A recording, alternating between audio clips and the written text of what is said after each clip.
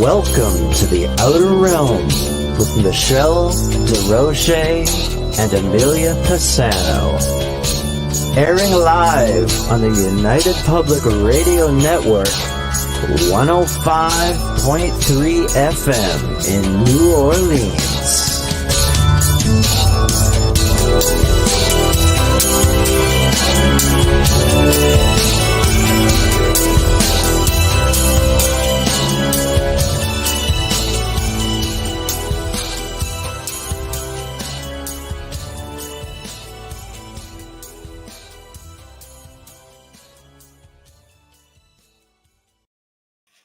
Good evening, everyone. Welcome to the Thursday night segment of The Outer Realm. We are broadcasting live on the United Public Radio Network, UFO Paranormal Radio Network, 105.3, 107.7 FM from New Orleans. We're fully sponsored by the amazing people at Folgers Coffee, who have been a part of our journey since the very beginning. So thank you, Folgers. We appreciate you so very much. Also, big mention for his contribution to Dr. Snick, the sonic surgeon, aka Justin Snicker, who is the voice that you just heard on that intro. It is his music. It is his, what I like to call his genius. He is a composer, award-winning composer of Halloween horror, sci-fi, and dark wave electronic music, which can be found on all of your favorite music streaming platforms, including Bandcamp, Spotify, iTunes, Amazon, and so on. So thank you very, very much. We appreciate you so much. Big thank you to Steve McGinnis, the artist behind the banners and the logos here at the show. Check him out on Facebook and Instagram. Also specializes in the horror genre and does phenomenal commission pieces. So thank you, Steve. So tonight we welcome Father Shawn Whittington. Many of you guys will know him from the hit show Eli Roth Presents, the Legion of Exorcists on Travel Channel. He also hosts his own podcast show, which we're going to be on tomorrow, 5 p.m. Eastern. Yeah, you have to go check out our pages to see where. And his show is called Shawn Whittington's Paranormal Ministry. And we've both done the show before. Shawn is just awesome. He probably saw him on Horsefly Chronicles. Also, The Missing Piece with Trish Moe. I think Trish was on his show last week. So definitely, we're a pretty tight-knit group, and he is really wonderful. So I see people slowly chiming in. Guys, remember that we do stream simultaneously to 8 different platforms. Every one of them has a chat room except for Roku TV. That one does not have any sort of chat room. So you'll all have to file in here. So thank you. And Amelia, how's it going? Hi. Allergies. That's why I was there with the tissue. I'm listening and I'm like, are you serious right now? It's not good. As soon as I turn the fan on, I'm like, oh my gosh. If you start snorkeling halfway through the show, we'll know it's not like a possession or attachment or anything. It's just an allergy. Because we've got like Shawn here and he can take care of business. But we're not too bad ourselves. No. But you would know. You would know if anything was different. It's that time of year, right? We're heading into, we are in summer, but we're heading into full-blown allergy season. I know. But hey, 1st of July for Canada on, this coming happy birthday, Canada. Can you see my flag? I know. And the 4th of July for everybody south of the border. So there's a lot of good stuff coming up. So, it's going to be great. I'm happy to see that we're in the swing of things, but it's also the time where people travel and you have to be really careful. But we want to see everybody back here next week. Just saying, we want to see everybody over at Father Shawn Whittington show tomorrow. So check out. We've been sharing it up everywhere as well. So, check it out because it'll be a lot of fun and probably a spin-off of where we are now, just maybe a little bit of a reversal. So without further ado, our special guest is here, and let's bring him on. Hello. Was our interview tonight? It's tomorrow. Is it really an interview when you're among friends, or are we just having a bit of a parlay? I have a note for myself right here next to my screen that says, "Don't ask any questions." Oh, that's hard, right? I gotta. My mind has to be set on answering. You're in the hot tonight. Tomorrow night, I put your guys' feet to the fire. There we go. Tonight, I always enjoy that. Right? So this is it. It's all about you tonight. And we've been looking forward to this. So we love turning the table. I learned something new just sitting in the green room waiting to come on. Amelia, you are in Canada? Yeah. I forgot that. And I also didn't know that July 1st was your guys' Independence Day. So that's cool. Well, it's Canada's birthday. Oh, very cool. Yeah. Are we really independent? Let's not go there. That's a whole other show that we're going to get ripped off YouTube for if we go there. Well, no, I'm saying we're all part of the Commonwealth. So, you know what I mean? It's a little bit different, much like Australia. Isn't that a shame, guys? You know how many? I probably had a handful. I want to say a half a dozen shows. I tried not to get back in the day when we're, back when things were really, really crazy, as if they aren't still. But a few years back, I did some shows, and I didn't mean to get. I really tried my best not to get political. I really tried my best not to get into the conspiracy theories or talk about COVID or the vaccine. But somehow with whatever guests I had on, a little talk of it would slip out. Oh, it'll knock you right off. Yeah. Those episodes just disappeared. Oh, yeah. It's like you never did them. The sign of the times, it's sad that you can talk about, demons and paranormal and all kinds of things that are pretty far out there. Yeah. And that's okay. Wow. Speaking of that either. Speaking of demons, that show you just did. Right. Holy cow. Did you like that? Oh, I got Discovery Plus when it first came out just so I could watch it because it wasn't in Canada yet. God bless so I you. got it and I watched all of them and I'm like, oh my God. I said to Michelle, this is so well done. This is really good. It's Eli Roth. Of course it is. Yeah, but I mean, the vulnerability that each of you showed, because usually when someone calls for you, they're asking for help. This was, your vulnerability was like just all exposed. And I have a confession to make. I bet you two didn't expect to take confession tonight. No. Yep, at least my episodes. I can't speak for everybody else because I don't really know the behind the scenes behind what happened with them personally in their cases.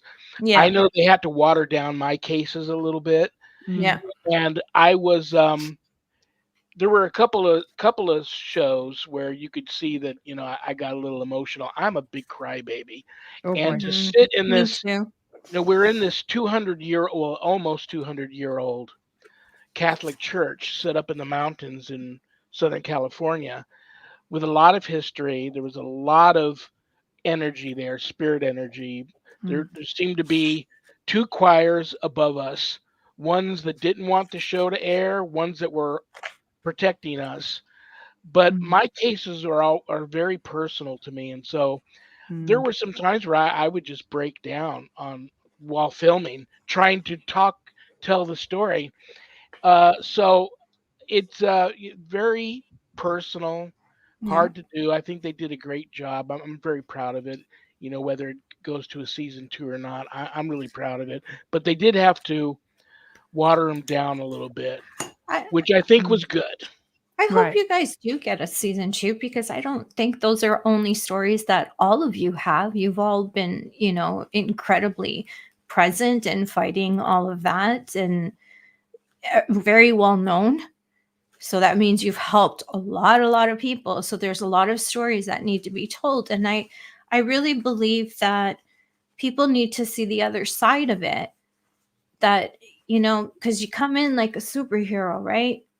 And they have to see how certain things affect you as well as how what they do can affect you or what they don't do. And they have to see the human side as well. Yes.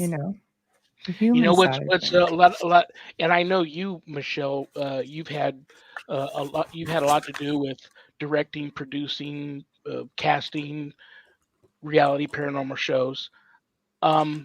We There's a lot that goes into it in terms of the stories you're telling also involve other people that aren't going to be there, that have to be on board with you telling that story. And I think a lot of reasons why shows like that, I take my hat off to Marwar Productions and Travel and Eli for being able to pull that show off, because a lot of things had to come together just right for us to be able to do that. And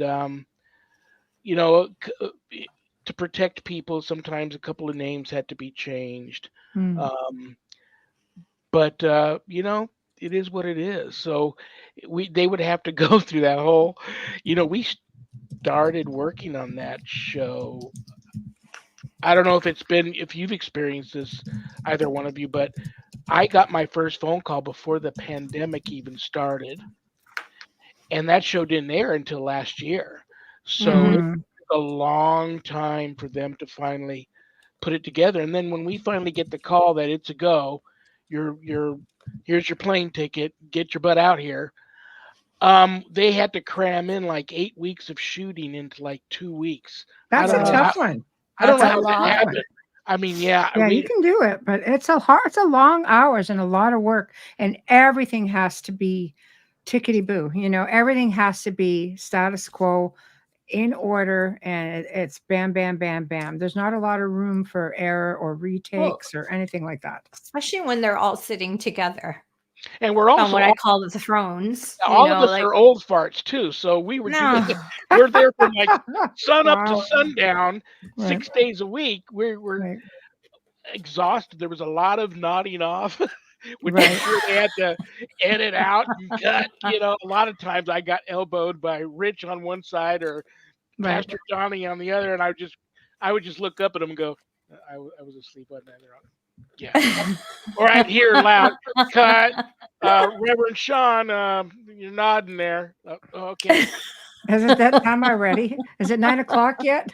I know. Those are long, long days. And then all the emotion that you're feeling, and retelling the story is like reliving the story. And it's just, I can't imagine. I know, I should sit down with each cast member and really ask them what happened to them leading up to the show, during and after, because they all know. I've told them this. I also had there was a lot of things trying to prevent that show from happening. And even in my room, we went out to LA twice to do the original filming and then pickup shoots. And both times in my room, a lot of paranormal activity. Right in the shower, my ankles were grabbed, and I was flipped onto my face. Oh, and my God. I landed so hard in the shower, my right knee swelled up to about twice the size. I didn't tell anybody because I knew how studios work. If I told them I was injured, they would have sent me to quick care, and I probably wouldn't have been on the show.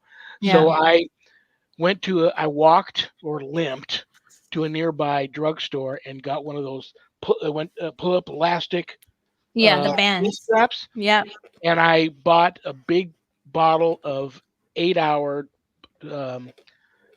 arthritis strength Tylenol, and I was eating them like candy and trying to move as little as possible on set so they wouldn't tell. Yeah. I could barely get in and out of the trailer or even go to the bathroom because there was little ladder stairs going into the two. Well, all that pain, and you're not resting it, right? You're not elevating it. You're not icing it. That's devotion. It's interesting how there's always something there.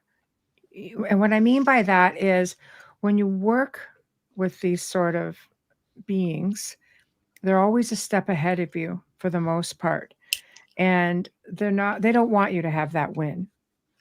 But the fact is how many times do you get into a situation where you're up against something, get rid of one, there's always a whole pile more, right? Trying to get it back in one form or another. In fact, most of the time, I'm sure you'll agree, there's usually more than one there per se. So Do you find that when you're doing things like this, when you're ready to go into a location or even film, there's something there? There's always seems to be something there trying to keep you under its thumb. Absolutely, and it's really amped up now since I became an ordained Catholic priest, and all the time during the seminary, I thought it would lighten up a little bit. And it was a completely different type of attack, more psychological, more really working on your emotions and your feelings about yourself and your self-worth, and are you up to all that kind of stuff. But the attacks, they never stop. And I really didn't even know why to be honest with you, I didn't know why I got the show. I'm just minding my own business one day, and I got a message from, I'm sure you guys know her, Joni Mahan. She's a paranormal author back east, written some wonderful books. She got a call from somebody claiming to be a producer working on a show about demonic possession and exorcism. Did she know anybody that they should talk to? She said, for some reason, and I know she knows more people than just me, she said, for some reason, my mind went blank and all I could see was you.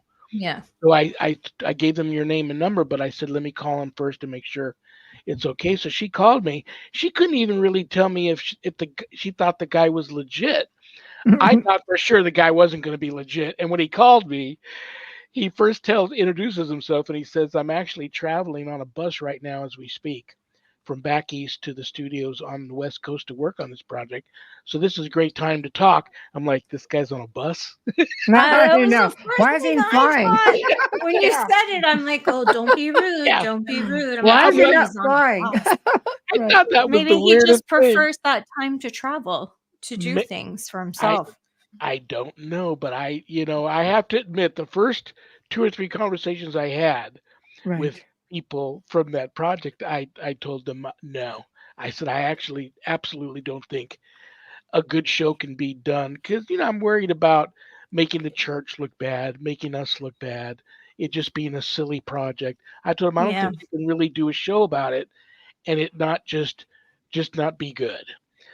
But eventually they kept working on me. Eventually I realized I'm talking to some legitimate people here, and I bought into what they were trying to, for lack of a better term, sell. They really seemed passionate about the project. Their idea was great. And did you need special permission to do it, or do you sort of have carte blanche, providing you use common sense and good judgment? Well, at this time, I was just I had just been only, I was a member of the American Association of Exorcists, and I was ordained through a Christian university. So I was a Christian reverend. I wasn't a Catholic priest at the time, but I didn't know why. I know Joni got reached out to and she thought of me, but I'm still like, I know well enough to know that there's a reason why. There has to be a reason why this got laid in my lap. And I didn't know. And I kept asking God all the time, you're going to have to tell me, what's happening here. Is this what I should be doing? You laid this in my lap. What's going on? So actually, after 2 weeks of filming, when I was growing up, my mother, who was, may she rest in peace, was like the most devout Catholic I knew, and I was baptized Catholic.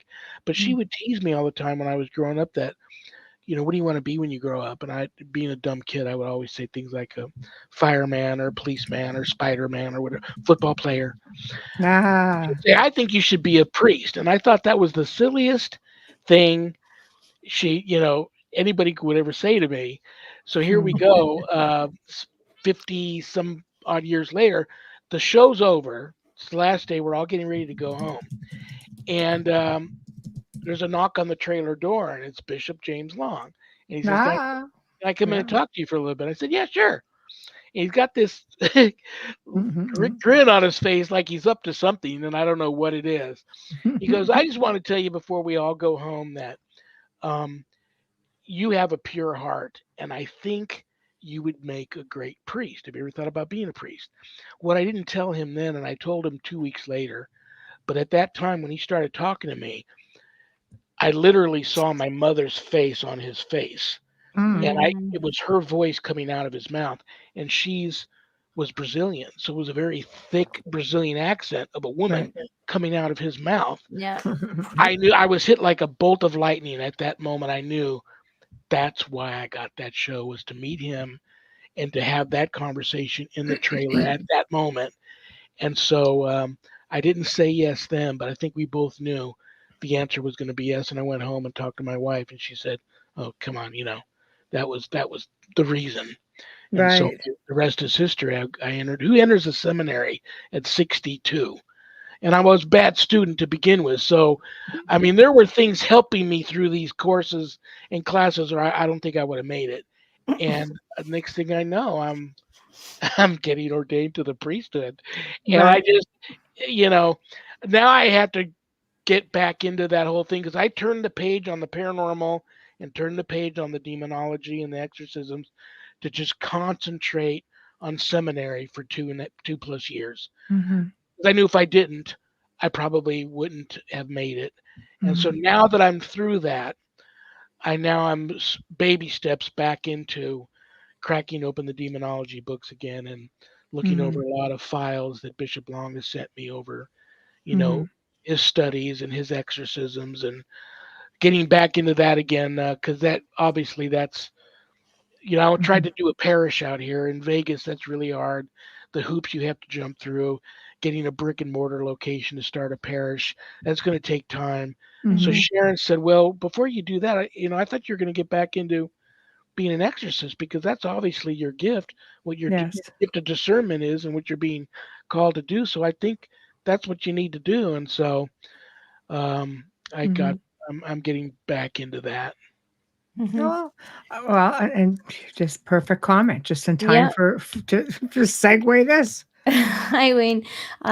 Wayne says, obviously you were ready when you were 62. All of our paths are different. We find our way when the time is exactly right for us to begin our new journey. Well said. Well said. Yeah. I believe Older that you and need wiser. those life experiences, right? Yeah, to help you. Because I look back at how upset I would be with myself if I did something that, is just really bad choices. And now I look back and I think, holy crap, I couldn't do what I'm doing if I didn't go through that. I wouldn't know how to feel that for someone else. And I wouldn't know how to listen or how to answer them. And I really believe in that. Truly. Like, I've had my gift my whole life, but I didn't start working and like truly working with cold cases and missing children until I was 41. Wow. So I understand that. Yeah. And I've always been a medium. I've always had it, but that didn't really come knocking on, but we'll save that for another time. Tomorrow. Yeah. 24 hours, less than 24 hours. I have questions for you guys. I'm dying to ask them, but I took that piece of paper and I've got it filed over here because I know. It's okay. Tell us about your journey getting there. What was it like for you getting there? I'll start with meeting my wife. I'm just, I was one of those weird kids who I was so concerned about having friends and losing the friends I had. I didn't want them to think I was weirder than they already thought I was. So this passion for ghost hunting, I really kept on the download and in the closet.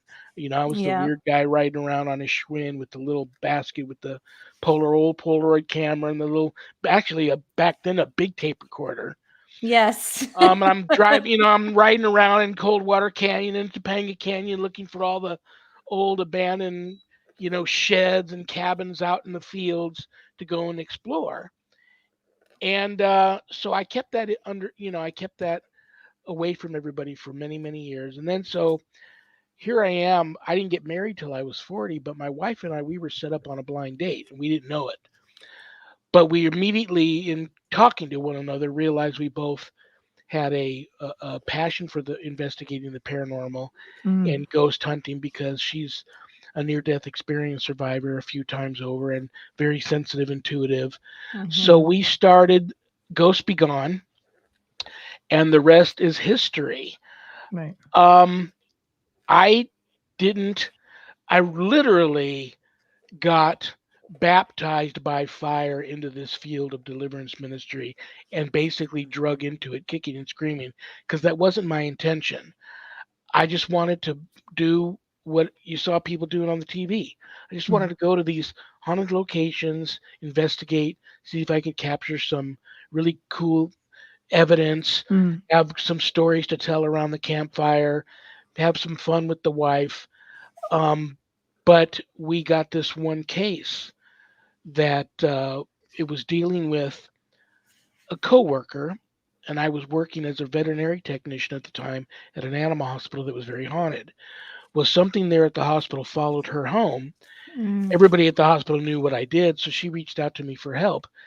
And the interesting thing about this one case is that's the one that kicked it all off. But that led to about 9 cases in a row where everybody knew each other. All the clients knew each other either professionally or personally. And I was exactly. And I was the one each one of them got a hold of to ask for help. What I didn't realize at the time was it was leading me down a path that I eventually suffered an extreme demonic attack. But backpedaling, that first case, my wife and I didn't know what we were doing. We didn't know what we were up against. And we did weird things like provoking, conjuring, Ouija board at this case. And we believe that's what caused whatever was there to follow us home. And it's whatever it was in our home for about 2 months. My wife was the primary target of the attacks. And after I didn't know who to turn to for help. I reached out to the paranormal community, and God bless them if for once they came through for me. And they introduced me to my then mentor, who took me under her wing. She was an ordained exorcist. She taught me how to fight this thing out of the house, but it came at great cost. Almost immediately after that, my wife comes home from work one day, and she's talking to me like she's having a stroke. And I'm like, what's wrong with you? She says, well, my mouth, I'm in extreme pain. I think I have a tooth that broke, and my tongue's been rubbing on it all morning long. And now my tongue's all infected. I said, call and make an emergency appointment at the dentist tomorrow. And there's a dentist that was right across the street from the animal hospital she worked at. And they know her very well, so they took her right in because she said it's an emergency. Yeah. He took one look in her mouth and said, that's not what you think it is. He immediately sent her to an ear, nose, and throat specialist. And I think that happened like 2 days later. We went in there, and the guy took one look. He turned to me, and he said, she's got squamous cell carcinoma of the tongue. So here's my wife. She's 16 years older than me. She's a cougar. But she's the healthiest person on the planet. Like, I know you guys think it's a nice thing to say, but... And it worked out because I like older women. So I like older women. She's a cougar. I was devastated, but she didn't drink, didn't smoke, no history of cancer in her family. Yeah. And overnight, she gets squamous cell carcinoma of the tongue, which spread and became another rare form of throat cancer, which spread and became medullary thyroid cancer. And that spread to lymph nodes in her neck. So this was an insidious attack. Yes. And she was a minister too, a Stephen minister in the Lutheran faith. So these things are trying to shut her up from ministering, from telling what happened to her. Yes. And she wasn't expected to survive. I mean, she lost like 40 pounds in like 2 weeks. Couldn't swallow water for like about 8 months. She had a feeding tube in for over a year. Oh, she went through like 35 straight treatments of radiation right in her mouth, several operations to take out wherever the cancers were metastasizing. They wanted to fly her to UCLA and have her tongue taken out. Oh, no. Here I was. I had every day I would come home from work, and the whole front of the fridge would be nothing but sticky notes. She's writing what happened that day in these sticky notes. So I'm reading sticky notes. Now they've been banned from the house. Now that she's better, knock on wood, thank you, Jesus. They're banned from the house because I don't want to read anything anymore. Right. Yeah. But it I am so it couldn't sorry. talk. And So she wasn't expected to survive, and here it is. I took a year off. I was done with this field. I took a year off. Oh, that's pretty detrimental. I mean, the idea is to chip away at you as an individual, to and take make that you fight stop. away from you.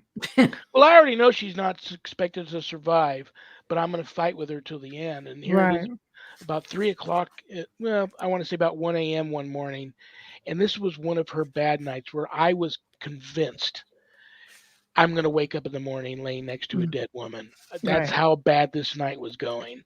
Right. So I didn't know what to do. And here I got another vision of my mom telling me there's something she did when she was very young. She showed me a vision of this. You need to do this.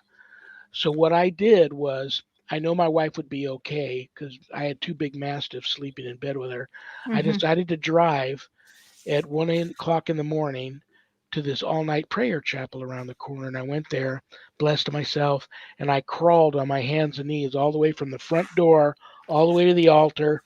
I threw myself on the altar, the mercy of the court, and I laid there for 2 hours talking to whoever would listen, and I all of a sudden got this feeling, and I heard someone tell me, "Go home now." So now I crawl all the way back out of the church. I'm driving home, and I'm like, God, are you just making me feel better because I'm going to walk in and find my wife dead? I mean, be honest with me now before I go in there. I didn't get any answer, but that's what I was fearing.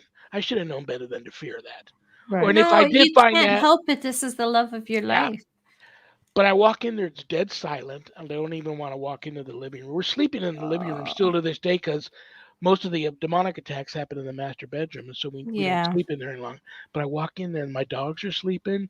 I look at my wife; she's still breathing. I'm like, ugh. My phone starts ringing. I'm like, who's calling me at 3 o'clock in the morning? It's God. Right. Yeah. God's calling me. So I look at the caller ID, and it's from New York, and I knew I had a friend of mine named Russell who I've known all my life. So it wasn't George Burns. No, it wasn't George. And I don't know. I still haven't picked up the phone yet, but I see New York, and I know my friend lives. I knew that he was dying of advanced colon cancer.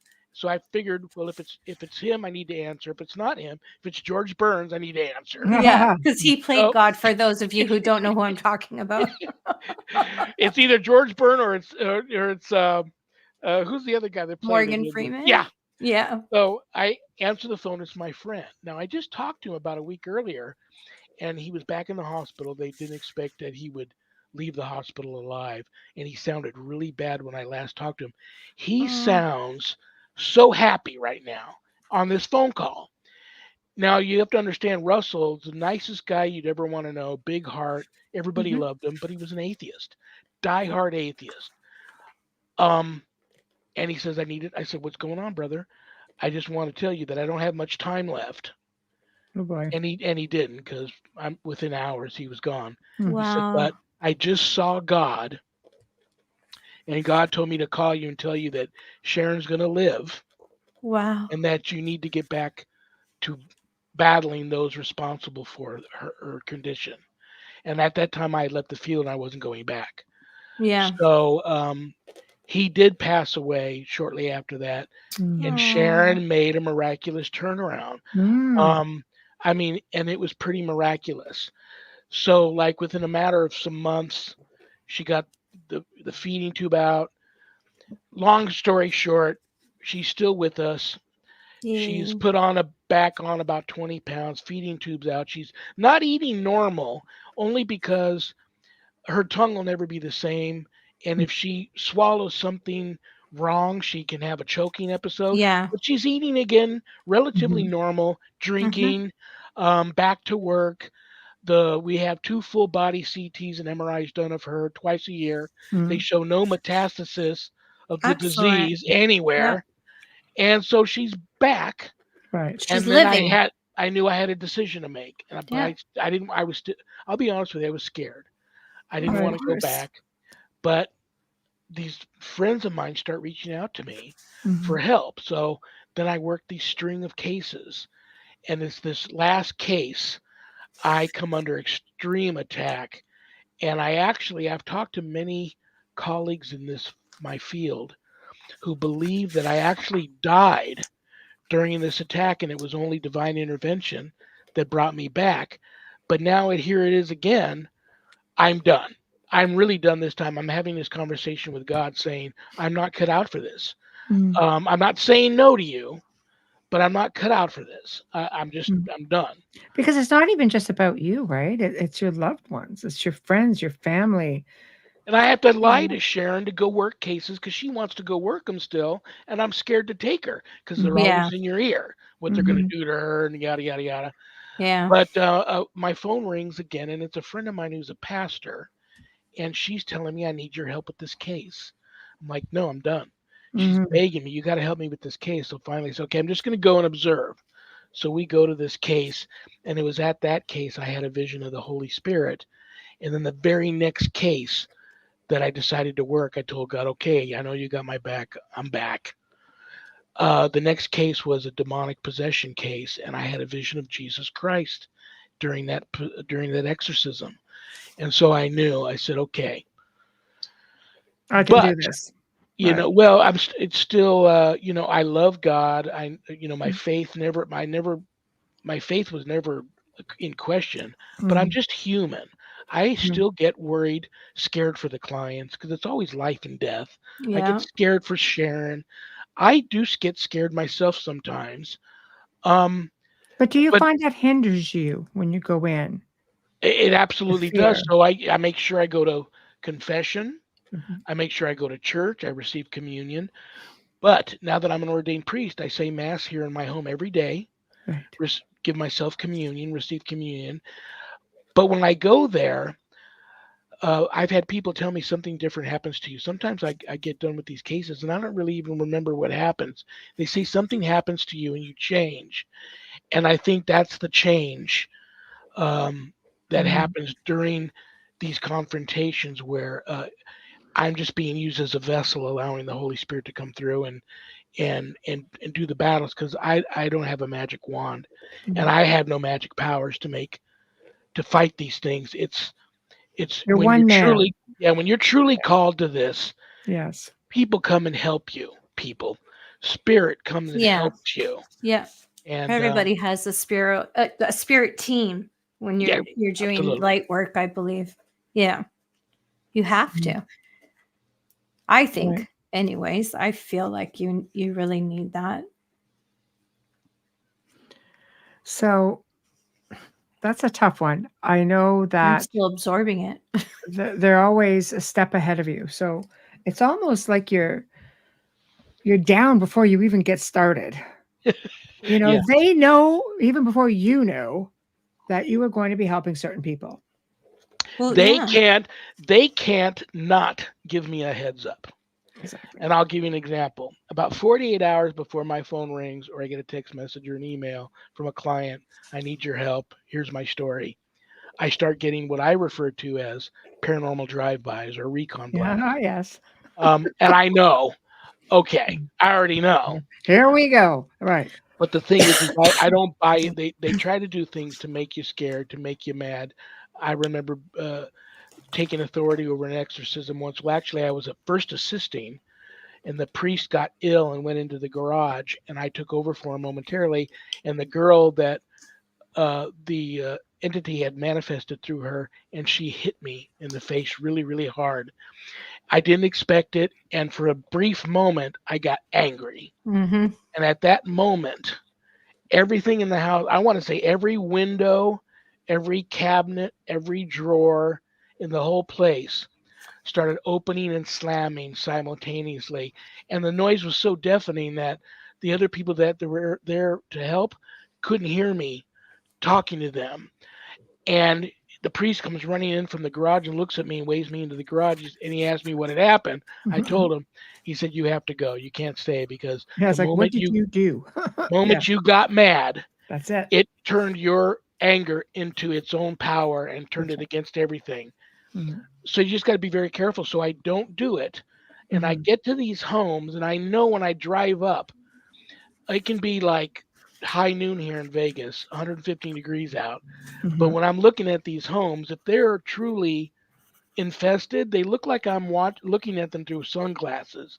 So I know. But when I get up to the door, it's always a surprise to the owner, because when I knock and they open the door, they're taken back because I'm already on my knees saying some prayers, special prayers, and then I don't enter the home without crawling over the threshold on my hands and knees to show ultimate humility.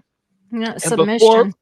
Before we even start, I get the whole family on a couch, kick their shoes and socks off, and I wash all their feet in a big basin full of holy water. By the time I'm done doing that, usually, not always, everything's okay again. You can hear them leave. You can feel them leave. They can't take it. They can't handle the humility. That's a lot of holy water. Yeah. That's a lot of holy water. And it usually really takes people back seeing me enter their home that way, and then asking them all to sit on the couch and kick off their shoes and put their feet in the bowl of holy water for me to wash them. And but that's what it takes. If I didn't do that, I don't think I could proceed. If I didn't enter the house that way, I don't think I could proceed. And then something else is there, and I really feel, it's an amazing feeling to know that you really do feel like you've got people with you that you can't see that are going to make everything okay. Just do what you came to do, and we'll do the rest. And so I try to stay focused, but like I said, I'm only human. It's natural to be a little nervous and get scared sometimes, but nowadays it's mostly for my client, because I know it's a matter of life and death, and I know if I do something wrong, it could end in them being done, not only losing their soul but maybe dying, and that's also a lot of pressure. They come to you to carry the weight. You're the one that is carrying that weight for them for a little while. You're the one they're turning to. It's very difficult being the person of focus that, you're going to help make this right. And you can't always make it right. You do your best because, like you say, you're only human. But do you find, because this is what I have found in working with families like this, the person who is the object of let's just say this entity's attention, they're not going to let you in typically. Do you wait to be invited in? Because I would always say, I remember working with a family where I would just say to the husband, because he was unscathed by it. And I don't know if it's because he knew something was wrong, but he couldn't get his head there. It's hard for some men, they feel that they should be able to protect their family no matter what. It's really hard. I basically said, you need to be the one to invite me in, because she will not. And I said, just please, just this one, just make it official. This isn't common practice. Like I thought what I would typically do. And he officially brought me in. And I'll tell you something, when I walked in, she was eating cereal and it was just spewing all over the floor. She's just going like this. And all of a sudden she stopped. She was staring at a wall. And I stood right behind her. And she spun around and go, "Why are you here?" And I just smiled. Well, now, that's the question, isn't it? So, but I felt at the time in this specific instance that was the process that would work, because priests would try to go to her home to bless when she was feeling calm, and herself, she would invite them, please come and bless the house. Please come and bless the house. Yeah. Every time, because she was Catholic, every time they came to the house, she would never let them in. Well, that's the demon inside, right?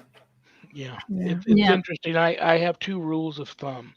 If somebody calls me and tells me I'm possessed, I need you to perform an exorcism on me, I already know 99.999% of the time they're not possessed, and they're either they might be experiencing demonic oppression or infestation, but they're not possessed. And I also know that if they're not possessed, they might have a mental illness. Oh yes. Sometimes I ask, are you under the care of a physician for a mental illness and taking any kind of medications?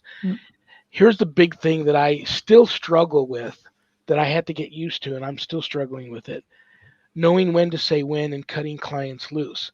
Because legally, you at that point, if they are under the care of a physician and been clinically diagnosed, now they could still be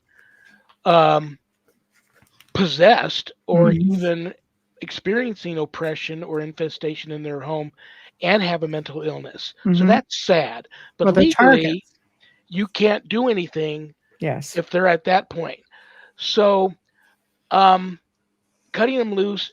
And I also send out an intake form, and I know by the time the intake form comes back, if they are going to be ready to, that famous phrase from Harry Maguire, help me help you. Right. If they're ready to let me do what I have to do and all in and ready to help me and do whatever I say. If they're not, I just know that it's just me going there just going to make things worse.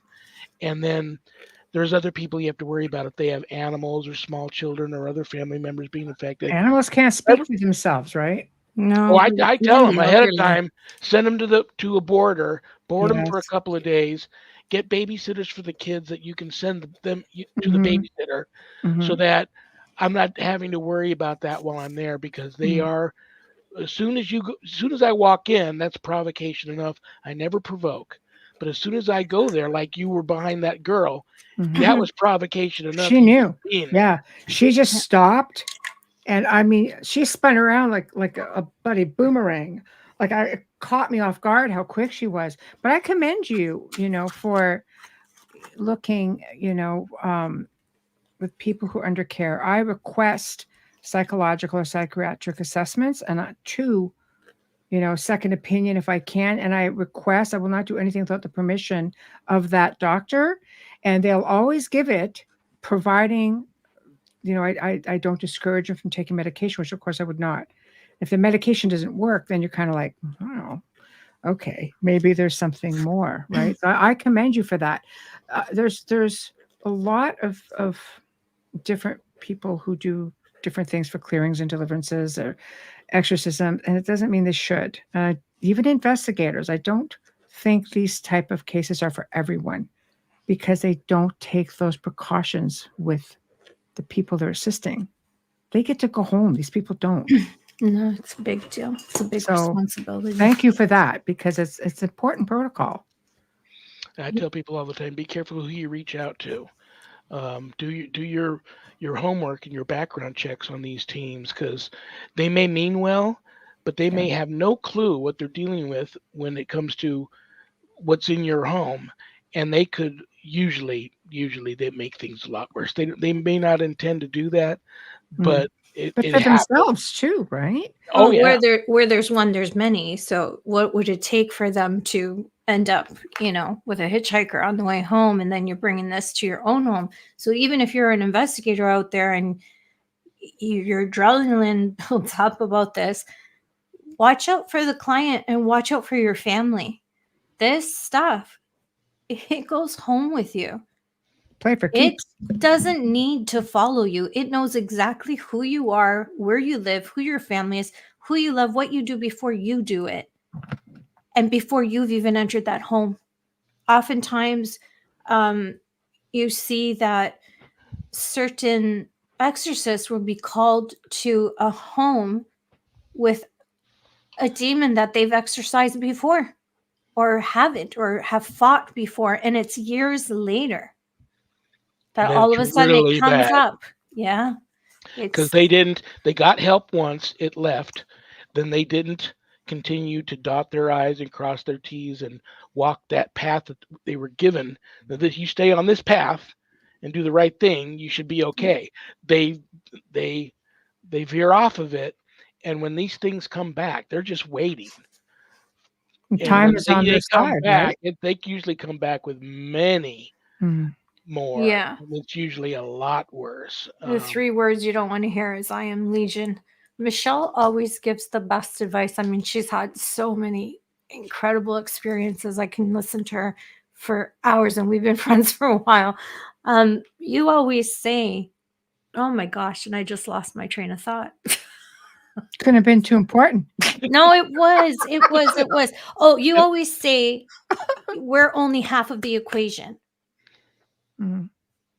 I think it's important, and I'm sure you would agree, that people need to be educated so they don't put themselves, and because sometimes it's not always by chance. Sometimes you put yourself in that position, and I don't mean that facetiously, but, sometimes we're all going to these haunted places, or we're going to open up spirit communication, which is more about intention, I think, than the means. You can do it with a voice recorder.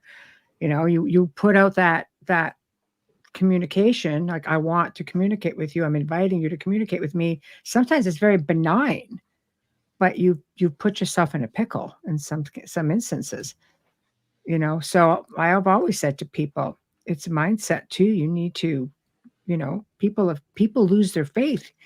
You got to get your faith back. You've got to realize you're stronger than them. And, I would have to say, the majority of the people that reach out to me now for help are these next generation ghost hunters that have had no training. They're the couch investigators. Yeah. Well, they mean well. They're passionate. Yes. They have some knowledge. They buy some equipment. They have other friends that this is it's fun. The greatest hobby they've ever had, and they're good, but they never got any training. Their training was watching Ghost Adventures. Right. I always call them the sofa investigators. Sofa investigators. Again, not and the atheists. That works for crime as well. People that have no faith reach out to me. They're atheists. Right. I have this going on. I need you to come and take care of this. You take care of. I got something here that's turned my life upside down. At times I feel it's trying to kill me, but I don't believe in God. So whatever this thing is, would you just come and get rid of it? What do you say? It's there because if you don't believe in God and you see something invisible affecting your life, you've got to believe in something. Well, here's the thing. As bad as I want to just say, listen, when you'll know when you're really ready to maybe, take the blinders off and broaden your horizons a little bit and call me when you're ready. I'm not made up that way. So I said, look, I'm going to come over, walk around, see what I see, feel what I feel, and let's have a talk. By the time, and it might take a couple of days, it might take weeks, it might take months. By the time I'm done helping that person with their problems, man, they are a God-fearing, church-going fool. Warrior, darn it. The whole thing is when that chain breaks. That's right. They're warriors. And that's the idea. You need to turn them into warriors. People feel empowered when they have somebody there, I think, who, like yourself, you get in there and you say, okay, you can take control of your place and you're just going to put it out there. And, when you first walk in, you see them sort of skittish. And holy God, by the time they get going, I want to jump out the window. They're just, get out of my house. Blah, blah. It's like, holy crap. What happened? Where's this person been? And they get upset if you tell them. Yes. I'd say, I'm not accusing you of anything, but it's been my experience that, and not always, but more times than not, you may not even have known you did it, but you've done something that these things are always around. You've done something to draw the attention of one of these things. And whatever you've done was something that they felt gave them permission to attach and enter your life. So what was that? And then some people get really, really upset about it. I didn't do anything. And then once you calm them down, you just start having a chat, slowly peeling the layers away. When I was 15, I played the Ouija board. Now I'm 50, right? But do you get those when you're a silly kid, maybe getting into some drinking or indulgences with your friends without thinking, you're camping, you're being silly. Do you get those that come back like decades later with a vengeance? Yeah, because there's no time. They are the most patient things in the existence of whatever. Yeah, because it's not just you they have their eye on. They have they can wait. They lie in there. They can be dormant for decades. Yeah, but they have the whole world to play with. So if they're not bugging you, they're out somewhere else. They're not bugging somebody. Well, yeah, I think they can definitely buy their time. Everything that goes wrong in your life and you don't know why. No, even benign things. Maybe there's a bit of a puppet master in the background, right? Taking you down that path. I remember one time all of a sudden, I was a raging alcoholic and drug addict for 20 years. And one day when I was actually ready to stop, I probably wasn't really ready. I had to be. Right. But I mean, I felt I was at rock bottom, and if I was either going to die or accidentally kill my wife or something in a car wreck, because I'm notorious. Back then, I was notorious for driving drunk after we'd go to parties together. Shawn, why don't you just call a cab, get in the car?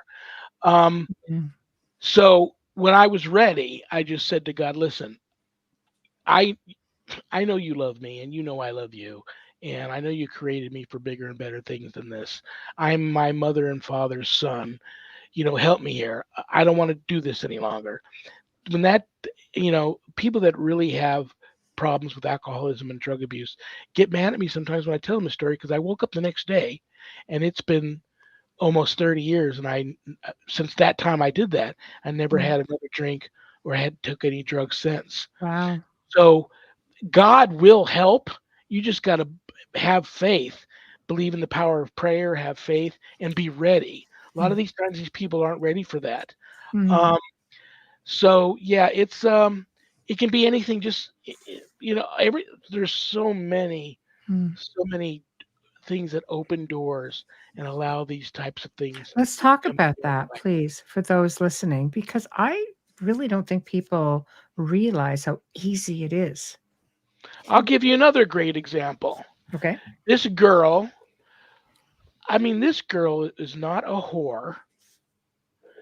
Attractive young lady. She has I'm fully sleeved with tattoos, so she's full body tattoos everywhere. It doesn't bother me. But was a great dancer. Great dancer. One day she realized she was never going to make it to be a professional dancer and travel the world doing these great modern jazz shows and ballet shows and stuff, but she was on the cusp of being that great, but realized one day it wasn't going to happen. So she started dancing at a strip club. Oh boy. Making great money. Yeah. Making great money because she's a very attractive girl. That's fine. It's what comes in. Yeah. So I know you two. You guys can already know where I'm going with this. That was the door. Yeah. This dancing at the strip club, because then what came after that was a drink here, a drink there, more drinks here, more drinks there.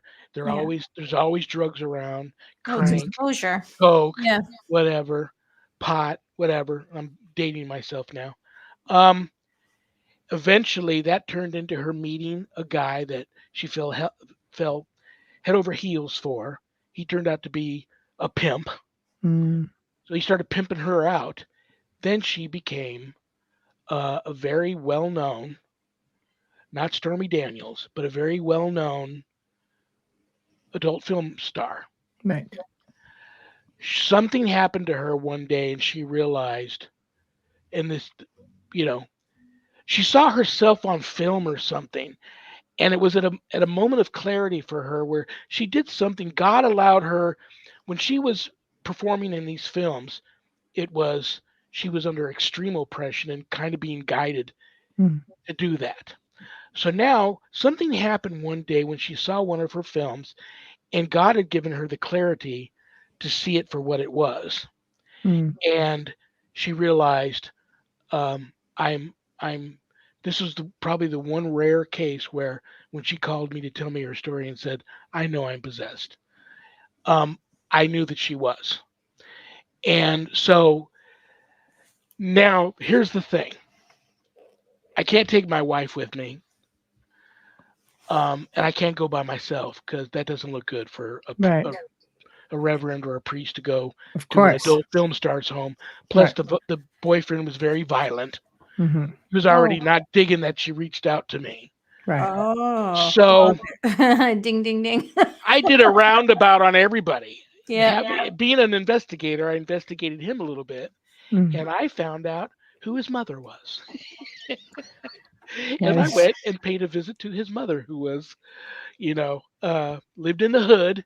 So you can imagine me with Ghost-B-Gone magnets on my car with the car on, driving into the hood. I love it. I mean, people were like, "Oh, this guy's not getting out of this neighborhood." Right. The time I got out to go talk to Mama, right. she had the whole neighborhood in front of her house going, "What do you want with Mama?" So Mama came out and protected me and got me in the house. We had a nice long talk. She got her boy. She said, "I'm going to get my son over here," and I know she whooped his ass. I know because it doesn't matter how big and bad you are. Right. Your mama's always going to be able to whoop your ass. There's nothing you can do. So I said, "You need to get him over here and keep him here because I need to go help his girl." And she was on board because she knew something was wrong with the girl. Right. So that's helpful. We arranged that, and I went to the house. So I made arrangements. Now the girl lays this on me. You're not going to be able to help. It's telling me you're not going to be able to help because I'm Jewish. Right. So I'm like, so you don't believe Jesus Christ? Are you a Messianic Jew? Because Messianic Jews believe Jesus was the Son of God. Mm-hmm. No, I'm just a regular Jew. I believe he was a great prophet, but not the Son of God or God. Mm-hmm. So you can't help me. I'm all, well, that's not you talking. I'm still willing to come and help because we were all Jews once. Yeah. I'm still willing to come help. Well, what I did was now I started investigating again, and I find out, wouldn't you know, there are Messianic Jewish rabbi exorcists. Yeah. And I found one. Dybbuk? Right. With the Dybbuk, wasn't that it? Yeah. Exactly. And I found one here in Vegas. Wow. And then in Las Vegas. I found another girl. I said, we got to take a woman with us because there's a woman there. And I already know ahead of time when this thing manifests itself, we're going to have our hands full. It's going to be like we're on the set of an adult film. So I already knew that. So I bring this woman who's a psychic medium, but very personable. I knew that they would get along, and they did. But we had a woman there. And that exorcism was unlike anything I'd ever witnessed. I just sat back to assist and watch this rabbi, Messianic Jewish rabbi exorcist work and do his thing. Oh, big time! It was, but it was a good thing I was there because he did need my help. Of course. And the psychic came under attack too. But the beautiful, actually, I think that story, I think that's the last story in my second book. And we all saw the Virgin Mary in this home during this exorcism. And Mary came to help her daughter. And it didn't matter that she was Jewish, but there were times during this that we were there for a long time and the thing didn't manifest. And we felt like, are we being fooled here? I mean, it was just that nothing was going on. Well, it didn't want to come out until we were gone. But so finally, I just asked her at the kitchen table. I said, we're going to leave. If it's here, tell us. She goes, it's been here all this time. I go, where is it? She points over at the corner of the kitchen, and there's this little teeny tiny black dot on the wall. And once I turn, I go, is that a bug? She goes, no, that's it. I look close. It looks like some black mold on the wall, a little dot of it. As soon as I started to address it, this black mold starts to grow and get bigger and bigger and bigger on this wall. And a little teeny tiny strip of this black mold starts going up the crack of this wall, and it reaches the ceiling, and it starts coming across the ceiling. And we're all just watching this, and she doesn't take her eyes off me. It gets right above her head, and a little drop of black mold that looked like tar comes down and lands right on her head. Boom. The second it hit her head, she changed. Yeah. And it was a good thing we had the woman there. It was a good thing I had help because nobody would have believed the things that I saw telling the story. Well, but she became like she was determined. I'm not going to say it. She was determined to the rabbi and me at the same time if she could. Right. Yeah. And maybe even the psychic girl. Right. And then started doing things to herself that were just. And then you have to be careful. Like if you're going to physically jump in, you don't want to hurt her. You don't want her to hurt you, and it's not hurting. But that was, and it all started way back because she was just a beautiful, talented dancer. Yes. That one day realized I'm never going to make it as a famous professional dancer. Lost hope. I'm that good and that attractive. I'm just going to strip because I'm just going to take my top off and dance on a pole and make tons of money, which at first that's all it was. And she was very good and made a lot of money. Right. Yeah. But there was something down at the end of that road. Yeah. And I believe with this thing that came into her life was already in her life and knew the path. That's what I was just going to say. Was she pushed that way, or because maybe do they travel from life to life, do you think? Because I know of situations like that. Here's another thing. I'm going to get hate mail. Not hate mail. None of my colleagues send me hate mail, but they get on me. Right. Because, I think out of the box a little bit. And sometimes. Sorry to be the accomplice, but. I try not to be you're not. blasphemous or commit heresy. Right. I try to really walk on eggshells when it comes to this. Mm-hmm. But and many of my colleagues don't believe in reincarnation or past lives. Some do. I'm really on the fence because I've had people that I truly believe, and I can count them on both hands. I've met, and Amelia, you're one of them. I have met people that I do believe have been given a gift from God, a psychic ability, gift from God. Mm-hmm. And I have been told by people that don't even know me things about past lives that are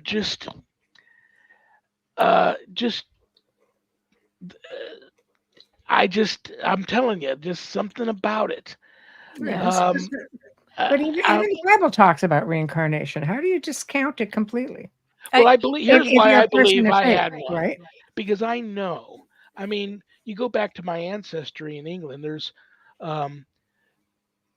County Whittington, Whittington Moor, Old Whittington, New Whittington.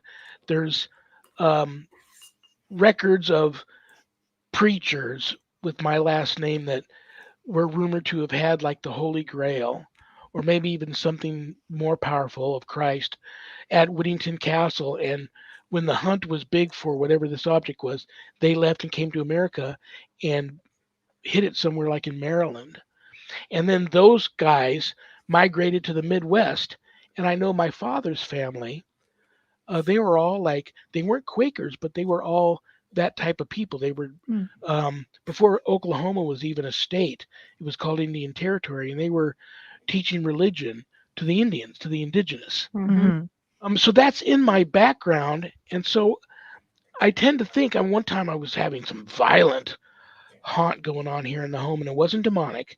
Mm-hmm. But I had this one psychic reach out to me and say, you have the spirit of a pissed off witch that's mad at you because your family hunted her down back in the day during the witch trials in England. Not here in America, but back in England. Right. And so the unfortunate thing is you can't go back to where the deed was done and undo it. But can't even really tell you how I brought closure to that. I asked for a lot of help, but I was able to bring closure to that. But there's just, it's I'm at the Highland Games many years ago with Sharon walking around. Some woman that doesn't even know me walks up to me and says, I don't know who you are, and I don't know if you believe in psychics. I didn't tell her who I was, but I thought that was weird. She goes, I just wanted you to know that you have the biggest group of spirit dogs following you around that I've ever seen. She didn't know that I'm a veterinary technician and I've had many animals all my life, and that most of their ashes are still here in the home. Right. But she tells me, you've done that all your life, and you've done that in past lives, whatever you do now. And then this other psychic that didn't even know all my life I've had terrible neck problems, x-rays, nothing's wrong with your neck. I'll wake up sometimes, can't even move it. Got to be careful how I work out, what I do.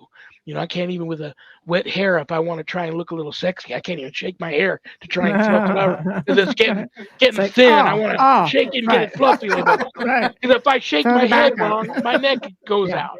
I know the feeling. I met this psychic who tells me, you know why you have your neck problems?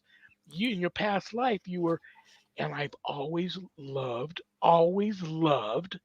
lighthouses, and I don't know why. I almost bought one for $1 when I got out of the Navy because the government was selling them for $1 if you knew how to be a handyman and you could keep it going. Right. You could live there for free and own it.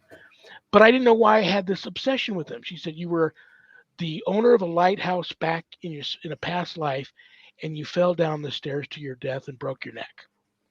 That's why you still have neck problems. There's got to be something to it, then. So I don't know, but I'm really, really on the fence with it, and I'm not saying, it's hard not to buy into it. It's hard because scientists will say to you, well, it's just DNA imprints over the generations, and you're picking up other stuff. It's not really you. So science likes to come in and say, nah, which is hard. So I would go with your gut feeling. I feel bad for all these people that are in this and do what we do, that say you've got to do it with the science. I appreciate the scientific method, and I appreciate these guys trying to either prove ghosts do or don't exist. Until the three of us can sit here and have a ghost sit down and interview with us, no one's going to be able to approve it. But it's much more of a spiritual journey, and people like us getting together and talking like this and telling stories and sharing our experiences. It will always be a spiritual journey, and it always has been and always will be.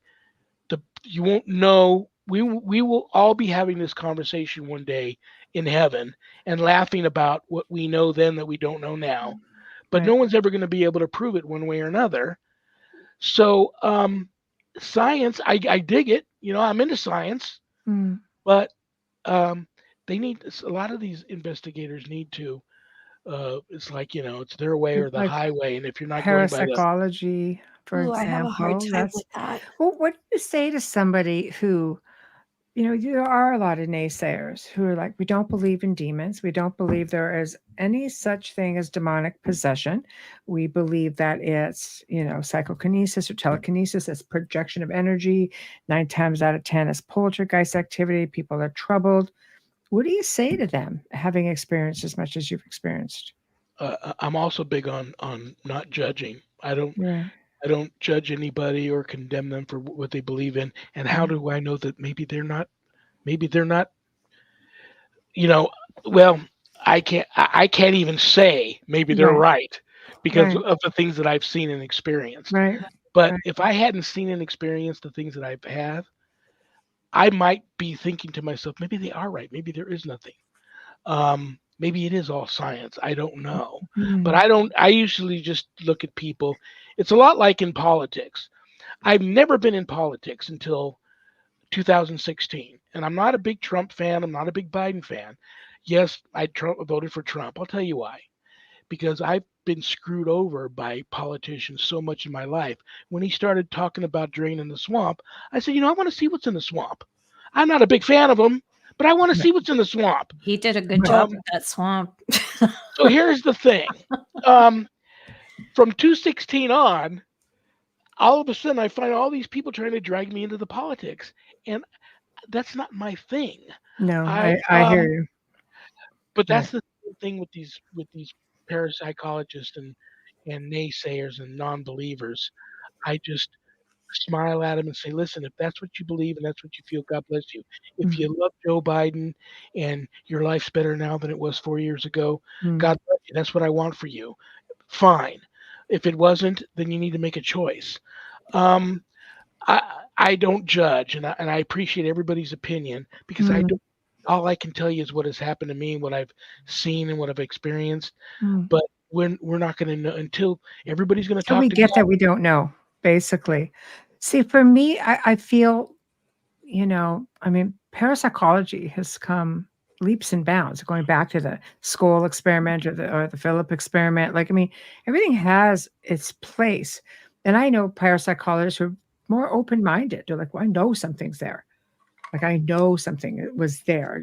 But I think trying to find that everybody feels that science is the answer to everything. I don't know that it is. I think science is behind in some cases. Like, we do believe the essence leaves the body and keeps going after death. Like now you're reading more and more articles where they're saying, okay, maybe there's something to this. So it's not as closed off, because I think you have people, I mean, this is a perfect example, the cell phone. There are things now being captured with this sort of technology and, the internet. Things are getting put out there that you can't just easily dispute. I agree. There isn't an answer for everything. But that's what makes you want to keep looking. Absolutely. Absolutely. Right? I've had parapsychologists and diehard skeptics and debunkers on cases with me, and they will see a full body apparition. Mm-hmm. And as soon as it's gone, spin to me and automatically start debunking it. Right. And I just kind of laugh and go, okay, there's really not much I can say or do here. Okay. I don't have a problem with skeptics. I welcome them because I'm very skeptical, and I think that's what makes me dig deeper. But I also don't want to be attacked for what I'm doing or questioned at every step. Let me just do what I'm doing, and then you can just take it from there. But let me finish.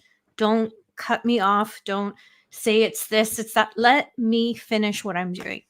That's all. As long as people can, and you guys exude it. I mean, you can just look at you guys and listen to you guys, and I know at least. But you guys have big hearts. You're good people. If people, skeptics and debunkers and non-believers, if they can look at people like us and at least know that we mean well, that we have big hearts and we're okay, and we mean well, labeled, we're trying to help people. Sure. Exactly, Amelia. Just let us finish, and if we're able to help, great. If not, then we'll move on. But let us do what we do, and let's see what happens. I get attacked a lot, and I'm sure all three of us do on social media and things like that for what we do. And never mind, people freaking love me. No, I get really amazing messages and comments. I mean, I'm sure I'm not everybody's cup of tea, but on an average. Oh my gosh. So on X, which I call the land of the trolls and the darkness. Yeah.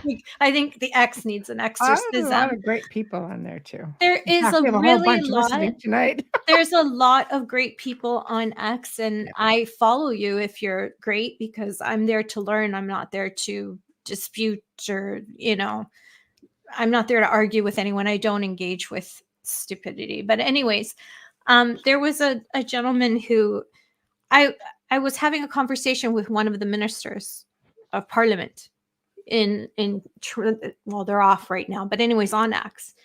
And I said something, and of course, because we're on opposite sides of the fence, he thought it a good idea to attack me being a medium. So you'd have to go into my profile to see what I am. So obviously you took the time purposely with the intention of trying to find something to degrade me and to, dismiss my opinion as being important.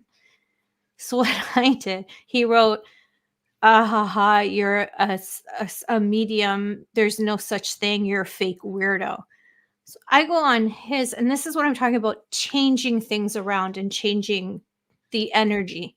I went to look at what he did, and he was a retired vet.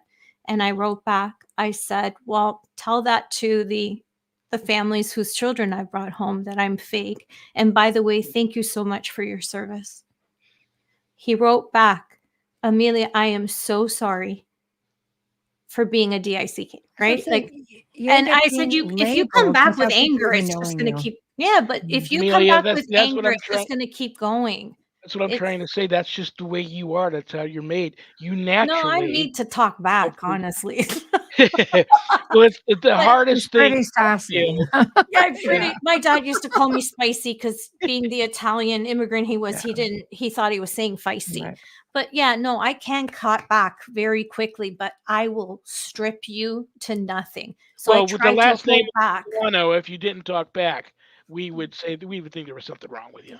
Yeah. But I think you get human nature. I also find, however, and I'll only speak for myself, when you are in the public eye, for me, I avoid politics. Politics and religion are two things that can make you lose half the equation or half your fan base. Absolutely. And then you lose the other half on another, So it's one of those things that you govern yourself a certain way because, people either look to you or people, if they're not sure about you, it's just going to make them go completely the other way. Yeah. And the most important thing what happened with are the people that you're helping. Here's the strange thing. I'm going to get hate mail for this. I know I am. Uh-oh, here I we probably go. just lost half my family. I'm going to send it right over to Shawn. All my life. No, we're going to send them to Joe. iCard.net. All my life, I was never into the politics thing. Why in 2016 I did. I just accidentally stumbled upon watching Trump on TV talk about that stuff. And I'll tell you why. I mean, I was in the Navy. My father was a 25-year retired Master Chief, served in World War II, Korea, Purple Heart recipient. May he rest in peace. I know a lot, and I was in the Navy, so I have Navy SEAL friends who told me the real story about Benghazi and the role that Hillary played behind that. So I was upset at her at the time. Yeah. I don't hate her. I don't hate anybody. In my field, I will turn in my God badge the day that I start hating people. I don't hate people. You got to be able to turn the other cheek. Here's the thing. I was upset at her at the time, and then he was talking about the whole swamp thing. I said, I'm going to give this guy a shot. I never vote. I'm going to give this guy. I want to see the swamp. I want to see the swamp. But I have friends that love Biden, and that's okay. I say, God bless you. I said, I said, it's okay. I said, here's the fence. I happen to be on this side, but my hand's on top. And I can see you through the fence. I'm a Republican. I can see the Democrats through the fence. If you want to come up to the fence, reach up and hold my hand, we can talk. We can even pull the fence down and go party together. And I party with Democrats, party with Republicans. But now I do have some people I know that are extreme left and some that are extreme right. And I can't even deal with it. Well, that's the whole wokeness and the anti-woke. But I don't have a problem with getting involved in politics right now because the greater good is against the evil in the world right now. And that's what I feel that I'm seeing. I don't feel it as I will not discuss it or be a part of it after the next election. It's only because this country is now coming together against what I consider an evil force. It's and everywhere right now. That's right. It's internationally. Right, so for now I will, because the majority thinks the same way. But I always say when anyone gets upset, I always say everyone has the right to a party to represent them, whether we agree with it or not. And I don't want to see certain parties dismantled because they've changed who they are, because the people who voted for them believe they were representing them. These people deserve representation. So let's not hate each other over stuff like that. We have to, we do it for what we feel is better, but don't criticize other people. That's how I see it. On that note, we're going to do a sponsor and station ID, please. I'm never ready. Never ready. Seriously, for that. It's always when I get right into it. Is that a hint, Michelle? You are listening to The Outer Realm with Michelle Desrochers and Amelia Pisano, coming to you live from the beautiful city of New Orleans on 107.7 FM, as well as the Gulf Coast on 105.3 FM. We're live on the Roku channel right now and archived as well. Our special guest tonight is our dear friend, Father Shawn Whittington, and you probably know him. He has his own show, which we're going to be on tomorrow. Just saying. And you have probably seen him on this spectacular show, Eli Roth Presents, the Legion of Exorcists. So we're discussing everything about exorcism, demonics, how Father Whittington got there, and a lot about his life story. So if you're just tuning in right now, don't worry, because you can stream our archives right from the beginning on any platform that you normally use. Search United Public Radio and then The Outer Realm to find us. Remember to click like, I almost said lick, let's really, and it's the end of the week, and subscribe. Add us to your playlist so you never miss an episode, and kindly share us with your friends and family. You'll hear me say that through the station ID about 100 times. Kindly share us. The big shout out of gratitude and love is going to start now with Folgers Coffee. Thank you for your continued support in sponsoring our show. I feel like the lady at the Price is Right, just saying. We love you. Our fabulous banner and promo media is courtesy of Steve McGinnis. He's an incredible horror illustrator. He's a fabulous artist. And he also creates commissioned pieces. He can be found on Facebook. Thank you, Steve. Michelle recently posted one of his pieces on our group page. Swing by our group page, give us a like, and check it out. It is phenomenal. Our intro and outro is courtesy of Dr. Snick, the sonic surgeon, aka Justin Snicker, award-winning composer, vocalist, and musician. You can find his music on Amazon and Bandcamp. Stream on any platform, and you can find Dr. Snick on Facebook and Instagram, as well as search him when you're creating your stories. His music clips can also be found there. Lastly, and again for the fourth time, kindly give us a like if you're watching Facebook. Hit like if you're watching YouTube. Smash it. Subscribe, share with your friends and family. Thank you. Okay, and we are back, and we have a comment. Oh, glasses. Wake up, Amelia. I'm blind. I'm blind. Been blind since 40. Okay, global student. Oh, I love this. Yes. I've heard priests say believers are sometimes sent to do his will, unaware of being sent, and to do what exactly? Unknown. I love that. Exactly. Yeah. I love that.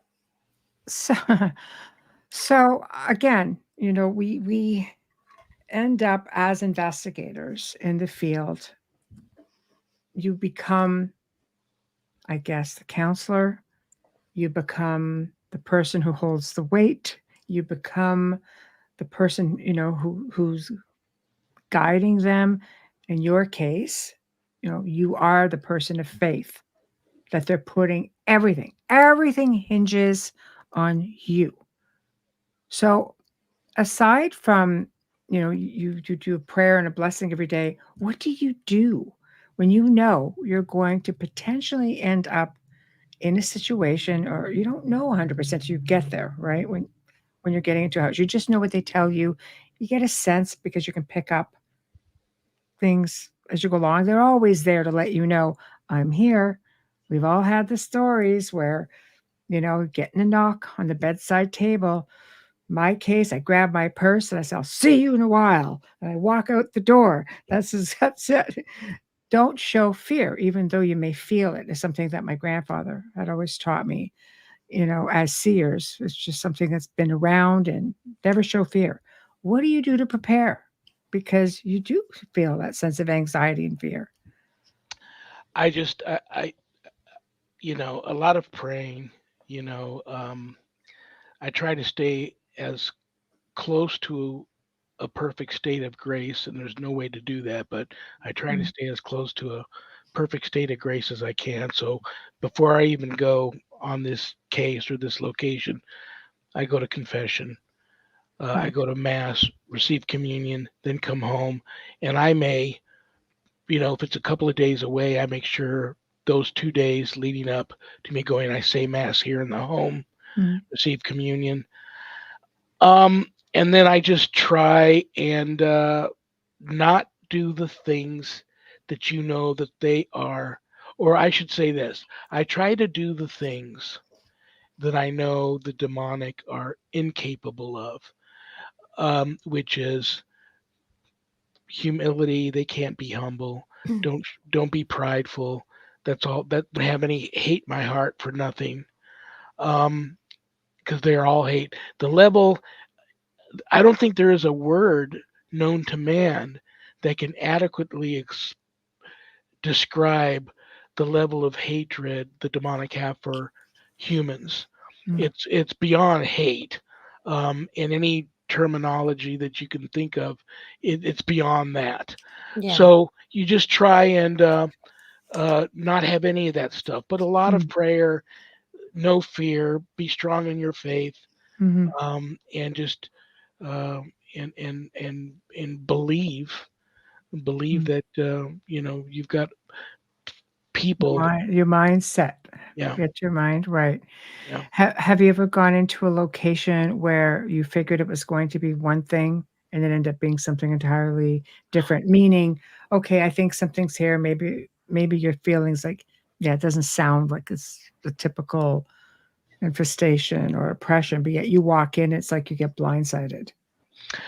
I am the first to admit I know I've been fooled many times. Okay, that's interesting. Many times I'm sure I've gone in, a holy water bottle's ablazing, thinking that I'm ready to, Sorry. I love that. And forever went free in my head.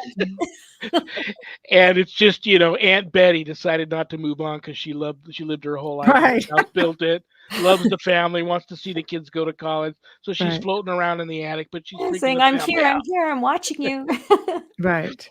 But then there's times where I've gone in there thinking that it was just, a disgruntled, disembodied human spirit, or Aunt Betty or Uncle Tom, and I got to let them know you're freaking the family out. I never advise people to make deals, but I tell them, listen, this was your home once. You eventually you're of the ages now. You eventually got to go to the light. But if you're going to stay here for a little bit, don't freak the family out.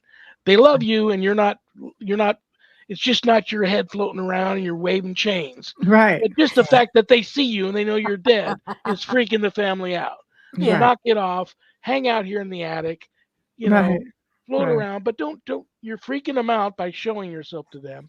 But you can hang out and watch, but eventually, and then I go home and I do a lot of praying to my guardian angel to talk to all his buddies and get angels over there to escort this spirit to where it's got to go, because I can't do it. But yeah, I've been fooled many times. In fact, that very first case that something there followed my wife and I home, I should have known better, but I didn't. I'm just a Ghostbuster. I didn't know any better. When the woman was telling me that I'm being raped by something I can't see in the middle of the night, and my husband watches it, when he tries to intervene and help me, he comes under attack. And like I said, so he gets like thrown around and beat up. No, he was getting raped too. Oh boy. Yeah. Kind of like and then the film.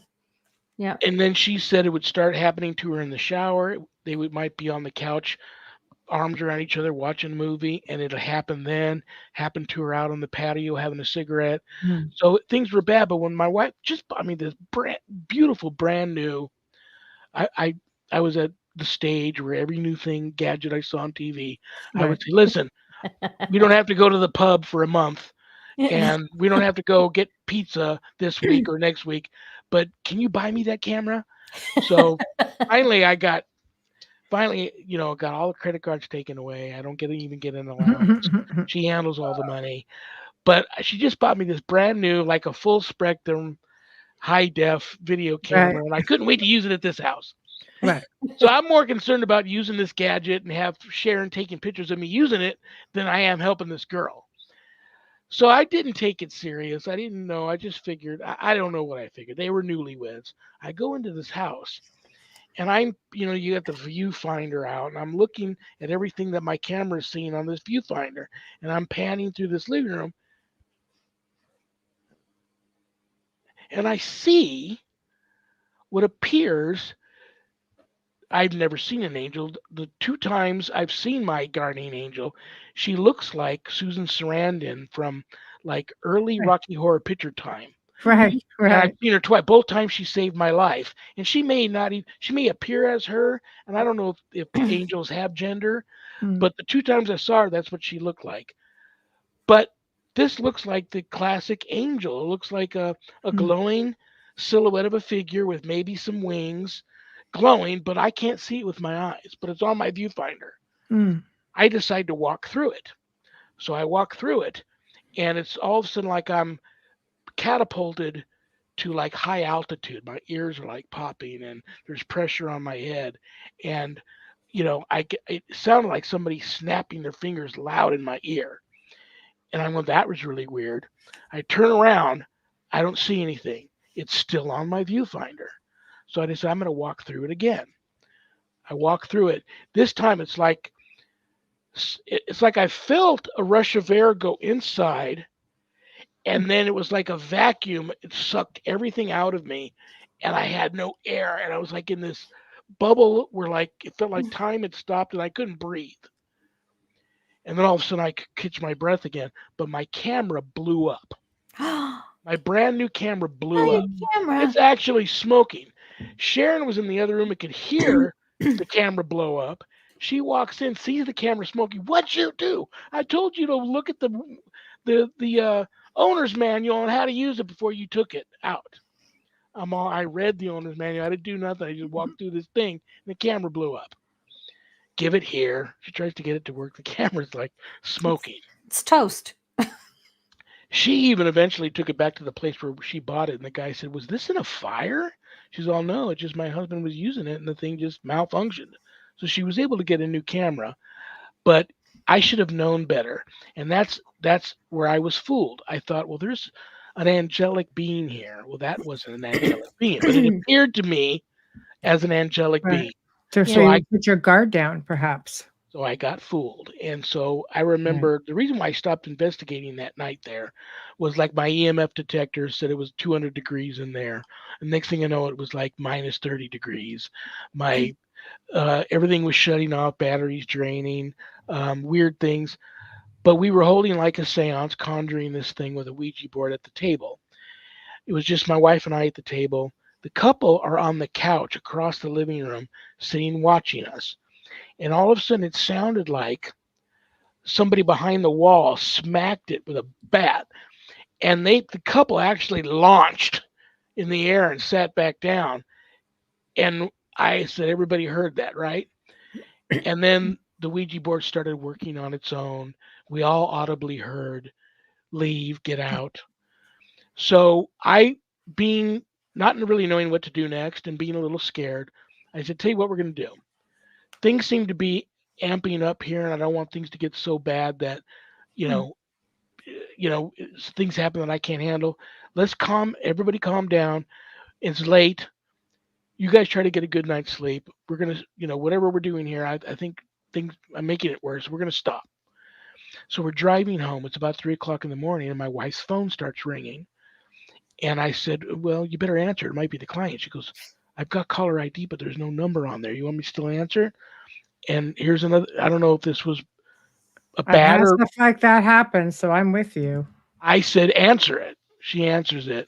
There's nobody there. I don't know if that was letting it in. I don't know. But we get home, and that very night, we both in the home, we started experiencing what eventually escalated to a lot of badness here for about 2 months. And my wife was constantly under attack. We couldn't sleep in the master bedroom any longer. We had a water main in the wall burst, and it flooded us out of half the home. I couldn't even go outside because blackbirds I'd never seen in southern Nevada were now on my roof, dive bombing me as I'm in my yard. That's one all of a sudden. I hear kids playing in my garage, and there's a lot of kids in my neighborhood at the time. And I thought, I left my garage door open, and there's a kid in there. Some kids playing in there, so I'm going to scare them. I opened the garage door to scare them. The door in my kitchen that leads to the garage door shut. There's no kids in my living room. Later on, I hear the kids again. I'm like, these kids have gotten into my garage. I go in there. There is this massive swarm of bees. Oh. So I calmly shut the door and I go, you got to be, You've got to be kidding me. I can't afford a B dude. What am I going to do? So I came up with the brilliant idea, and it didn't come right to me. I had to do some thinking. I thought of, well, I'm going to make myself some kind of makeshift bee suit, and I'm going to go out into the garage really slowly, and I'm going to walk over to the garage door, and ever so easily I'm going to unlatch it. Then I'm going to walk back into the house real slowly, go in there, shut the door. I'm going to go outside. I'm going to very slowly open the garage door. Then I'm going to slowly walk back in the house and wait a couple hours to see what happened. It went off like a charm. And I went back out there a couple hours later. The bees were all gone. But these things can manipulate environment. So I've been fooled. And there's no shame in cutting clients loose if you feel that that's where you're at. If the next step is you're going to make something worse, there's no shame in cutting clients loose. There's no shame in telling. This was a big don't at one time, but I don't believe there's any shame nowadays in telling people, I think you should move. I think there's something attached to the land here, and it's not going anywhere. And different if it's what's the flip side of flip side of this story is if you don't leave, something probably really bad is going to happen. You might want to go. I hate doing that, but you got to sometimes. So I think I've been fooled, and that's something that you got to be. There's no shame. There's no shame in leaving something. I've many times, like when I had my really vicious attack. It was just me and the client there. I didn't bring Sharon because she was suffering at the time. The lady took her daughter who had Down syndrome, and she was waking up in the middle of the night and sitting in the pitch dark watching TV that wasn't on. And when the mother would say, honey, what's wrong? Why are you doing this every night? She wasn't sleepwalking. She said, well, Grandma woke me up. Grandma's protecting me from the man with no face. So she started thinking there was something weird there. So the night that I went there, she sent the daughter to her sister's home to stay the night. So the girl's sitting on the couch, and it's all pitch black, and I've got a night vision camera on, and I can see at the end of the hallway, in the doorway of the master bedroom, what appears to be like a little swirling black tornado. Before I could even think to myself, that looks like a swirling black tornado. Next thing I know, it feels like two giant hands have grabbed me, squeezing the very life out of me and bending me backwards and lifting me in the air. Was all this happening? I don't know. That's what it felt like. Excruciating pain. I couldn't even call for help. I'm thinking the girl's right there and can see this happening to me, but maybe she couldn't see because we were in the pitch black, or she couldn't hear me, or she could see. Maybe she was freaked out. I don't know. I don't know how much time passed. I estimate about an hour, but I'm at the end of the hall and I wake up. I do remember the smells, and I do remember smells like you'll never forget, that you've never smelled before and you never will smell again. Like death. And I do remember hearing like cries and moans and stuff, but I remember hearing a voice tell me, pray, dummy, pray. And I don't know, my mentor at the time said that she might have astral projected herself to me because she sensed I was in danger because I told her where I was going. She was in Oklahoma. But I still think it was my guardian angel, but I just didn't see her this time. But I thought it was her. But I hear this voice say, pray, dummy, pray. So I was going to say, does your guardian angel like you? Dummy. All right. Mine drinks. That's probably why I would paid attention to it. Right. She or he knows me well enough to know that would get my pray, dummy, pray. How simple is that? Pray. The only prayer I could think to pray was the Our Father, and I probably said it 50 times. But I wake up, all of a sudden everything stops, and I'm on my back on the bed in the master bedroom, staring at the ceiling. And I lay there for a little bit. I'm like, last thing I do, what's your last memory, Shawn? Okay, the last memory was I'm at the other end of the house at the beginning of the hallway when I assume I was attacked. How did I get in here? And what's going on with the client, what's going on. I go to sit up. I know this is going to be big time TMI, but I go to sit up in the bed and I realize I had defecated and urinated in my pants. And I hadn't done that since I was a little kid. Yeah. And I was really, so here I am after everything that I've gone through. I'm more embarrassed than anything. Like, what is going on here? I had a jacket on that I took off because it was like an icebox in that home, which was another red flag to me. The demonic was present. So I take this jacket off and I tie it around my waist because I'm embarrassed. I know you can see what I've done. Right. And I can't stay. I'm too embarrassed to stay. And I'm also scared. Right. What's going on with Sharon? This has never happened to me before. Right. So I excuse the client is on the couch still, hadn't moved. Later on, we talked, and I said, "Did you?" She goes, "No, I saw you walking towards the hallway, and then you were gone. And you were gone for like an hour and a half. I just figured I would just wait until you came back out and we're done. What happened?" I'm going, "Well, I lied to her and said it was a quiet night. I have no evidence. I was just probably dozed off in here. It's dark in here. It's late. I'm tired. Probably dozed off, but I'm going to go home and review evidence. I'll get back to you." And I did eventually get back to her and told her what happened. And she said, I couldn't even, you were different. You were off your game. I could tell. But she said, I told her what happened to me. She said, I didn't really smell anything or see anything, but, you wanted to get out of there in a hurry. So I've talked to colleagues about that all the time. And they say, well, something so horrific got down into your being, the essence of your being, your soul, and you probably passed away. And that's when you let everything go. And it was only through divine intervention that you were able, with the help of your guardian angel, bring yourself back with this prayer and your faith. So you just got to be really, really, really, really careful. And so that's when I left the field again. I was done. I said, I can't do this anymore. I mean, my wife's dying. I almost died. And yet here you are. Yeah, but sometimes it's that feeling of I'm here trying to help them. I can't do anything, and I'm not spending time with someone who isn't going to be here. It's like, how do you prioritize? Yeah, it's really tough. I had team members that were leaving the group because they had come under attack. They didn't want to investigate with me any longer. It was a bad time. You're a human being. You said it right. You're a human being. Yeah. And you have loved ones, and this isn't for everyone. It's not something to be taken lightly. You have a life. You have to also live it. It can't always be about the calling. You do what you can, but you can also do that just through working with people, verbalizing and just being there to support them and allocating them to the people who are like, yeah, I'm ready. I'll do it. All right. You have fun with that, cowboy.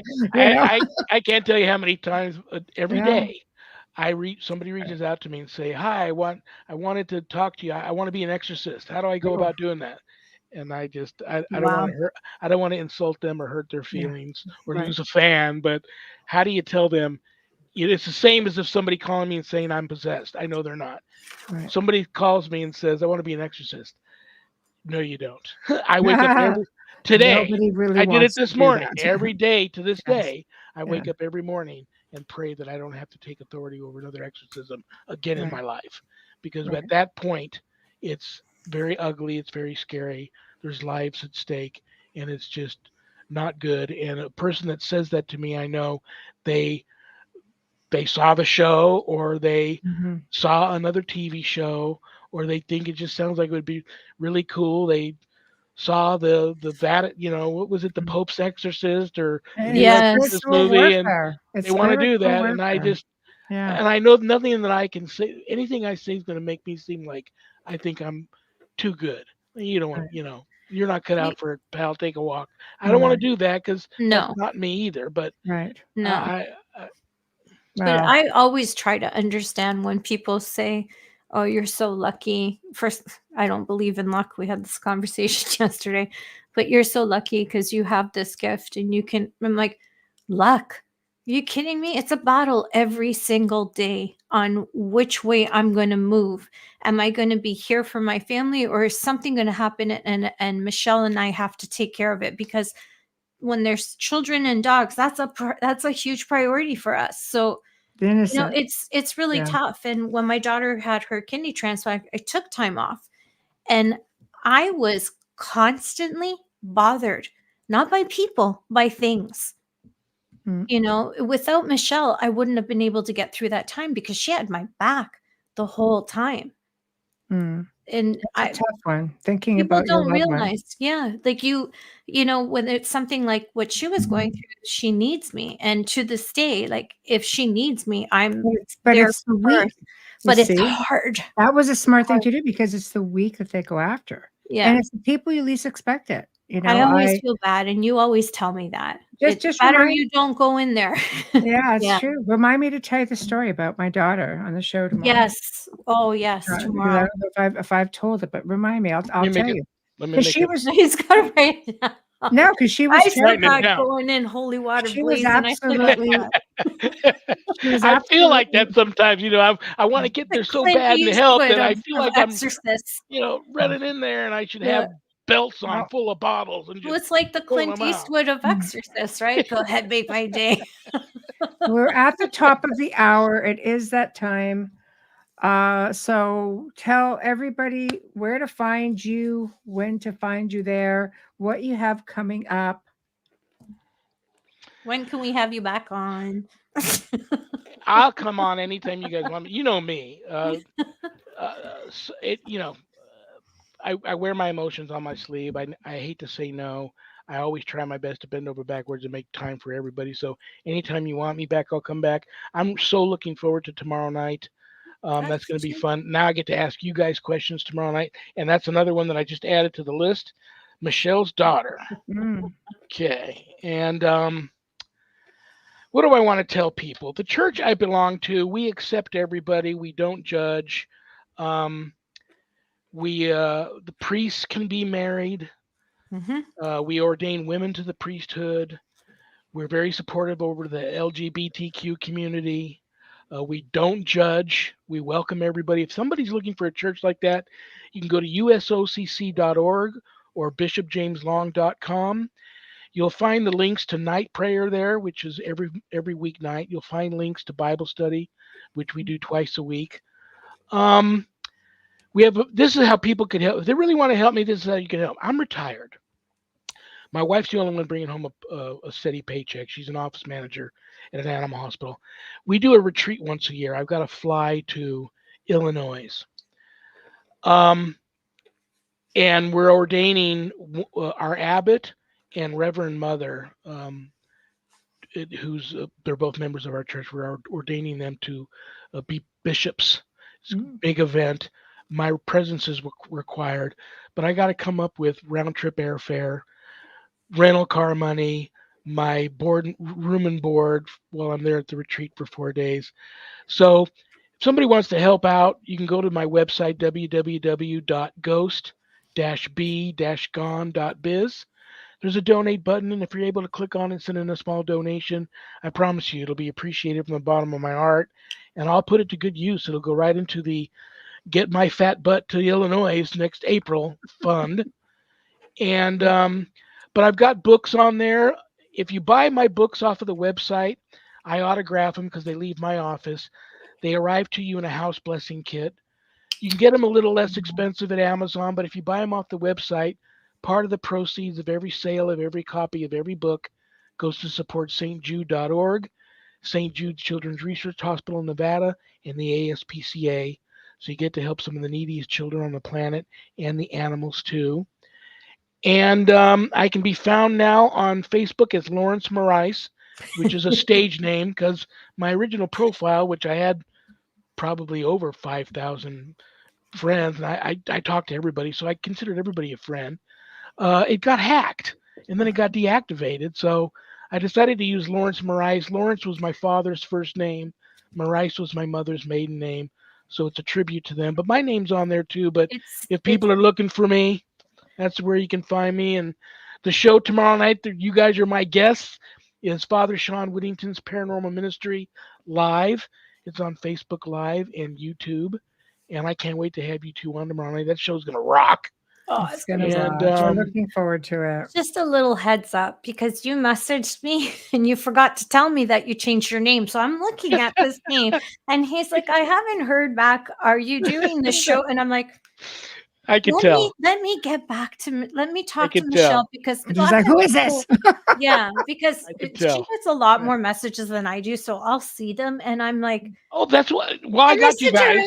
She's like, we're on Shawn Whittington's show, Father Shawn. And I'm like, but this is Lawrence Marie's. Like I'm trying to figure out who this is. Then it went, oh, okay. I didn't want to go Shawn Whittington again because I was all panicky about my other profile getting hacked. I'm like, well, you can't go back on the show. So it's Lawrence Marais, then in parentheses, Father Shawn Whittington. So I just want some advice. I'm going to. I already told my producer, Michelle, he's going to email you your StreamYard link to theouterrealmcontact@gmail.com, and you can forward that link. Communicating with me on, okay. You can forward that to Amelia, but I'm also, to play it safe, I'm personally going to forward the link to both of you on Facebook and Messenger to your personal profiles as a backup plan. Sounds good. And we go live tomorrow at 2. But if you want to check in about 10 minutes early, we'll do a video and audio check. And it's only the hour flies by. I know it's not long enough to have you two on,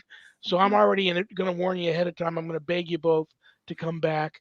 But I can't wait for tomorrow. That's going to rock. I think it's all my friends can't wait. It's going to be great. If you talk to Bishop James anytime soon, please let him know he's in my thoughts and my prayers. His sister passed away. Oh, yep. And I don't want to bother him.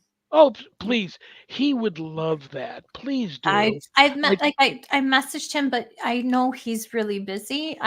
You can ask me about his demonology course tomorrow, and I can tell you the story on that. Wow. But I've known him for a long time. We've been friends, but yeah. He's a great guy. He was the one that actually ordained me to the priesthood. He's got apostolic. Not everybody walking around with one of these has something we call apostolic succession, which means the day that God came down at the Pentecost and entered as the Holy Spirit and all the apostles, he told them how to continue passing the Holy Spirit on to everyone else they wanted to do so with by the laying on of hands. And since that day, every time any one of them laid hands on somebody to ordain them, they kept records of that. It's called apostolic succession. His apostolic succession dates back, he's got documentation that dates back to St. Peter. Yeah. And I will soon be getting that same documentation because he laid hands on me. Oh, isn't that incredible? Ordained me. Yeah, it's pretty. Yes. It's pretty. It's too heavy for me to even. When I really start contemplating it, I feel like humbling. I feel like what's next, because I'm not. I don't feel like I'm even really worthy.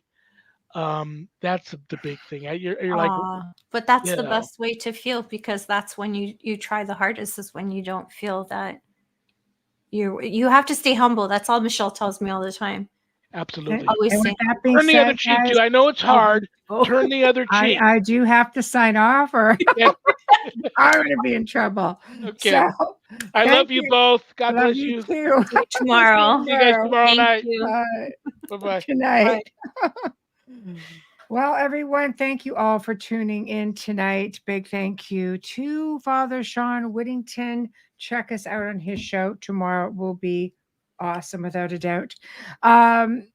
Wednesday night, we're going to be welcoming for the first time Tubi, that's his name, Tubi Wells, who's going to be sharing his ET experiences with us. He's been documenting them for quite some time now. So he's got a little bit of stuff in store for us. He's going to be very new for the Outer Realm. So that's going to be again on Wednesday night. Thursday night, we're going to be bringing in, again, this is, mind you, this is going to be a rerun, guys, but of what we like to call, sort of like the Wayback File, because these were some of our first guests. So Toby Johnson and Britt Eichenberger, who's going to be discussing their film, A Flash of Beauty, Bigfoot Revealed. And I think you guys can go check that out. It was a fantastic interview. People really loved it. And we were just so grateful to have them on. 4th of July, right? So there we go. Rerun night, and we will do our best to be in chat. So without further ado, it is time to bid you good night as we are way up there. But guys, have a great weekend and we'll see you next week. Good night.